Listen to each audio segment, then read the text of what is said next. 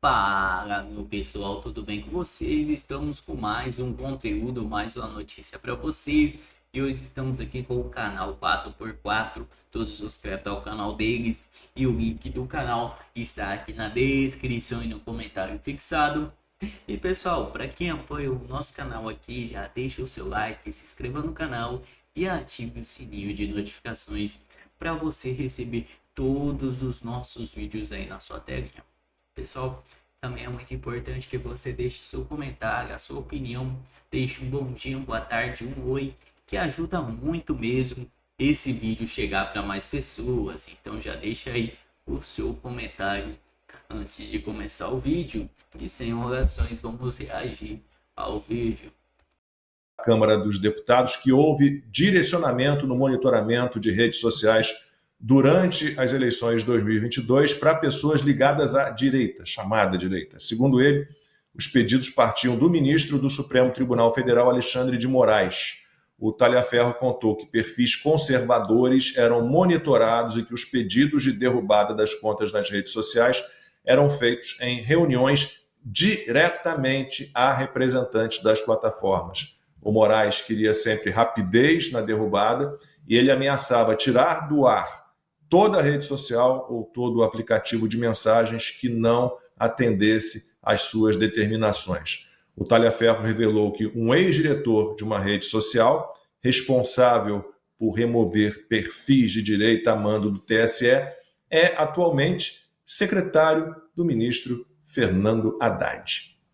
Essa semana nós tivemos uma nota publicada pelo Google nos Estados Unidos, dizendo que o Biden havia ameaçado, o governo Biden, né, a administração Biden, ameaçava diariamente Meta, Google, para derrubar perfis de produtores de conteúdo de direita e conservadores, e sem uma explicação jurídica, sem embasamento algum. Isso acontecia no Brasil, essa estrutura da censura chegou a ameaçar as big techs, as redes sociais, para derrubar ou para diminuir o alcance ou censurar determinadas, ou não só pessoas específicas, mas grupos aqui no Brasil durante o período eleitoral? Isso é do seu conhecimento? Sim, esse pedido, sim, de fato era realizado, era feito, inclusive, às vezes, em reuniões, que a gente chama talvez de uma comissão dentro do próprio Tribunal Superior Eleitoral. As empresas de rede social, de software de comunicação, como a Meta, Google, Telegram, YouTube, participavam constantemente e sempre era pedido uma certa celeridade. A gente, inclusive, tinha alguns contatos de diretores dessas plataformas, nos quais a gente acabava encaminhando direto o ofício, antes mesmo de ele ter ido via oficial, para que aquele pedido do ministro Alexandre de Moraes fosse realizado um quanto antes possível. Mas eles sim eram ameaçados, inclusive com a derrubada da própria plataforma em todo o território nacional. Você poderia nos fornecer os nomes desses diretores que eram obrigados a derrubar perfis e conteúdo antes mesmo de uma nota oficial, para que a gente possa convidar essas pessoas na CPMI? Eu posso fornecer um envio para vocês por e-mail ou por WhatsApp, porque no momento aqui eu não tenho eles todos aqui. Tudo inclusive, bem, mas... um deles hoje é o secretário executivo do Haddad, né?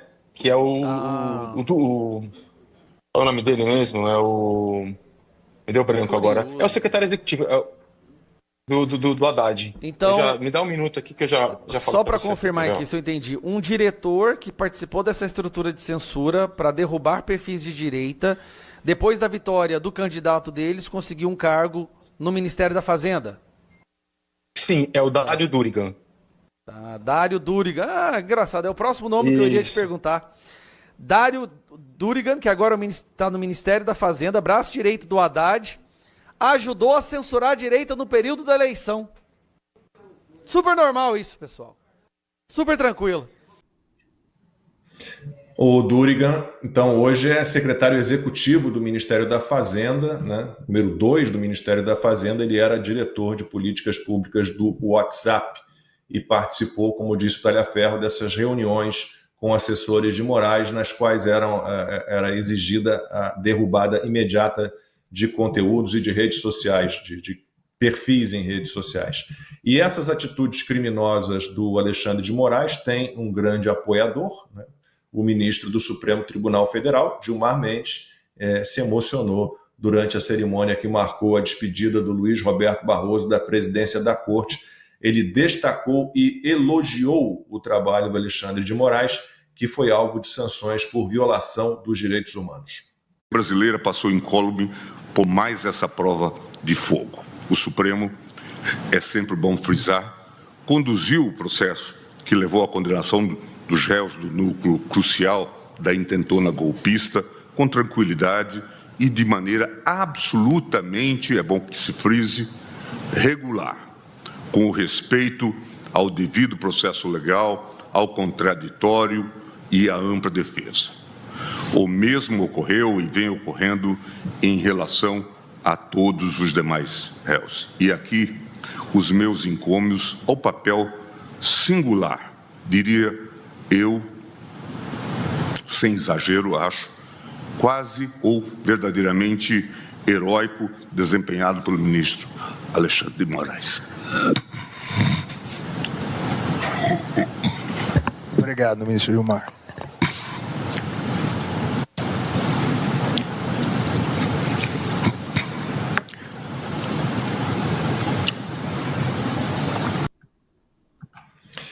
Bom, consta o que dizer de Gilmar Mendes. Ele deu uma entrevista à TV portuguesa dizendo que o 8 de janeiro não foi um golpe de Estado. Agora virou intentona comunista, intentona golpista. Bom, precisa saber qual dos dois, qual o Gilmar de Portugal ou esse Gilmar de agora, né? E nenhuma palavra na imprensa sobre todas as denúncias do Talhaferro. Isso é o que mais chama a minha atenção e esse é o foco do meu comentário, né? O Gilmar Mendes é esse personagem aí, conhecido já do brasileiro, né?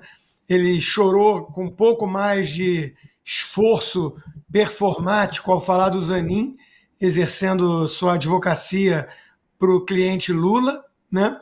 E agora também ficou com a voz embargada e teve que tomar seu gole de água, já clássico, ao falar da resistência heróica do Alexandre de Moraes, e tudo de forma absolutamente regular contra a intentona golpista.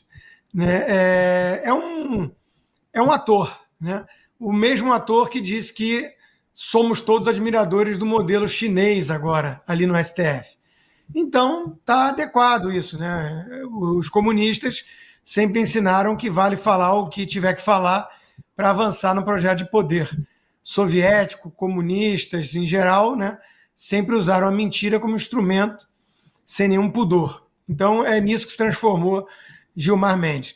Agora, a denúncia do Talhaferro, o braço direito do Haddad, e o que disse ali o próprio Gustavo Gayer, né, que foi algo que teve repercussão aqui nos Estados Unidos essa semana, né, a Alphabet, dona do Google, admitindo que o governo Biden pressionou para censurar e para banir contas do YouTube, né, por questões políticas ligadas à pandemia ou política, isso no Brasil passou batido.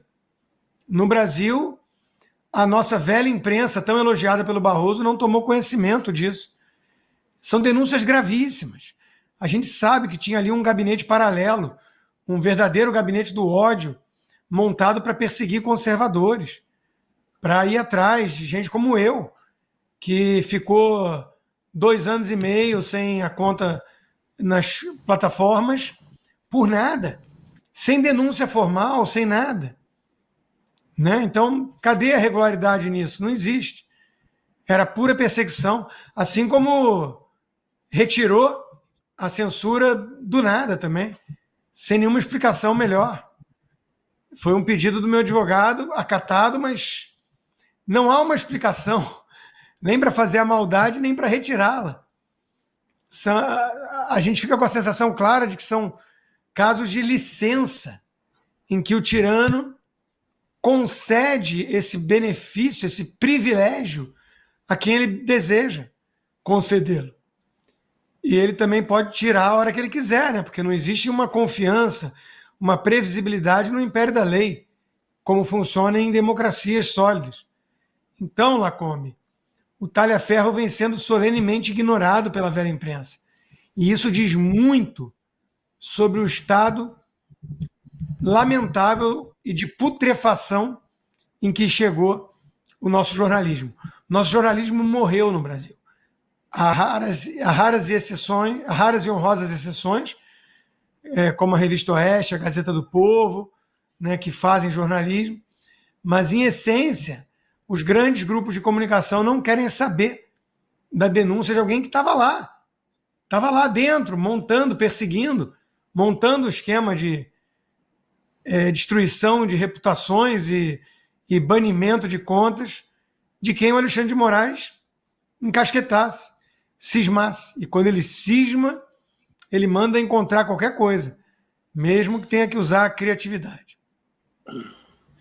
Bom, como disse o Consta, o Google admitiu ter sofrido pressão do governo do ex-presidente Joe Biden para censurar conteúdo sobre a Covid e as eleições que não violavam as regras da plataforma.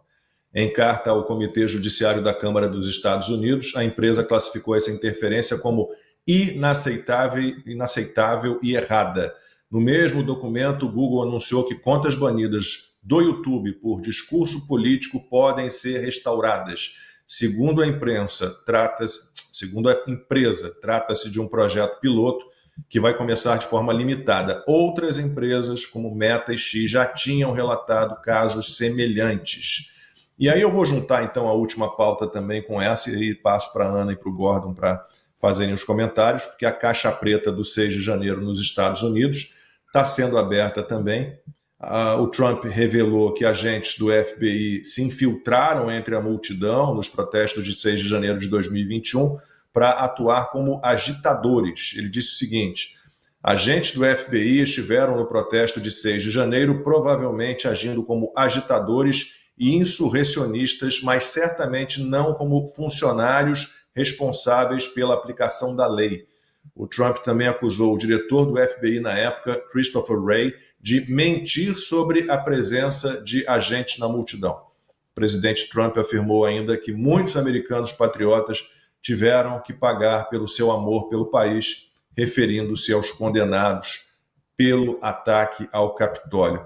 Ana, misturei tudo porque está tudo ligado, né? As denúncias do talha-ferro, o que aconteceu no Brasil em 8 de janeiro, o que aconteceu nos Estados Unidos no 6 de janeiro, toda a censura, está tudo misturado, é o mesmo modelo num país e no outro. E sabe o que é mais incrível? Pode até deixar a gente na tela, Franco, nós quatro. É que a turma, os correspondentes internacionais, aqueles lá, o Consta sempre fala oi, Guga, e eu vou falar oi, Caio.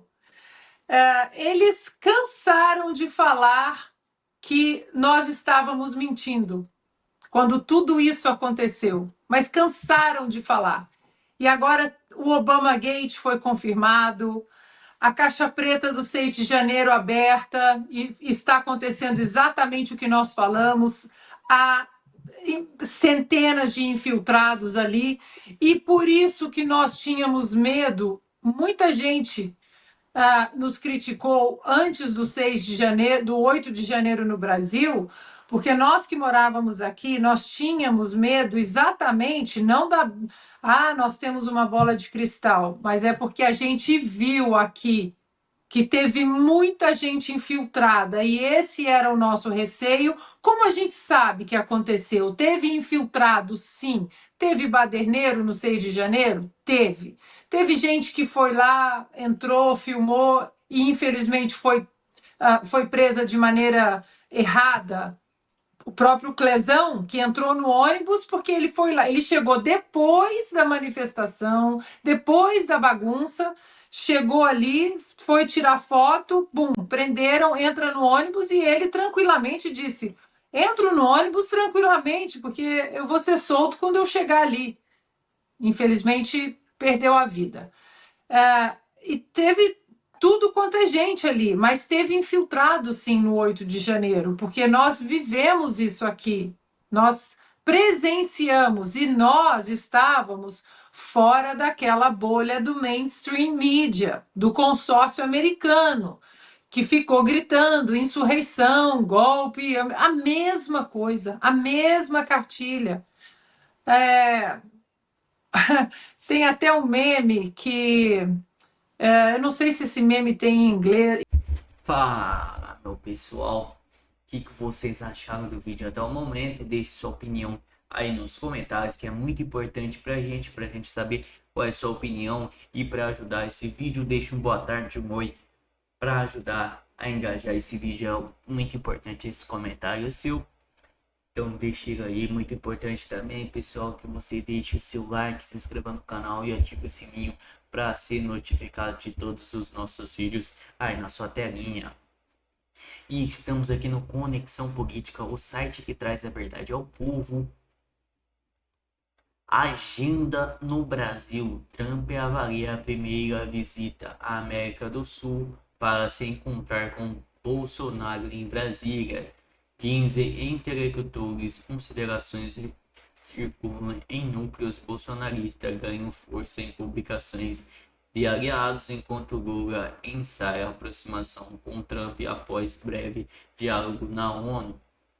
Donald Trump estaria avaliando realizar sua primeira viagem à América do Sul, com destino ao Brasil, para se encontrar pessoalmente com Jair Bolsonaro, do PL, segundo relatores e intelectuais próximos ao ex-presidente. Os possibilidade revela pela Folha de São Paulo foi retirada por Eduardo Bolsonaro, do PL, e contou com o apoio de Paulo Figueiredo, que mantém contato com a liderança do externo do Trump. Questionado pela jornal, Figueiredo não comentou, mas Flávio, ex-secretário de comunicação, é aliado de Eduardo, público com sugestões públicas, nada vence próprio testemunho. Qual tal visita Donald Trump ao presidente Jair Bolsonaro na sua casa, para ambos evidência em uma química perfeita, atualizando a próxima. Obviamente, a corte e os advogados do presidente seriam consultados com antecedências, e fica a dica. A declaração posteriores em Martin afirmou que, diante das condições atual, Bolsonaro preso, o encontro teria caráter simbólico e político. Segundo Trump, poderia testemunhar e de perto os problemas de saúde que o ex-presidente enfrentando, diz que tentado a vacada de 2018 com crise recorrente de solução vomitos alego que, entanto, se trata de ideia pessoal sem querer negociações em andamento, enquanto o campo bolsonarista especula sobre a visita de Lula em aproximação de Trump e a Assembleia Geral da ONU. Dos conversando rapidamente em Nova York, a consciência que o presidente dos Estados Unidos afirmou ter sido quimicado seguinte com o brasileiro e sinalizou disposição para um novo encontro com Lula, confirmou interesse, mas sem data definida. Então é isso, pessoal, muito obrigado por todos por assistir até aqui, até a próxima.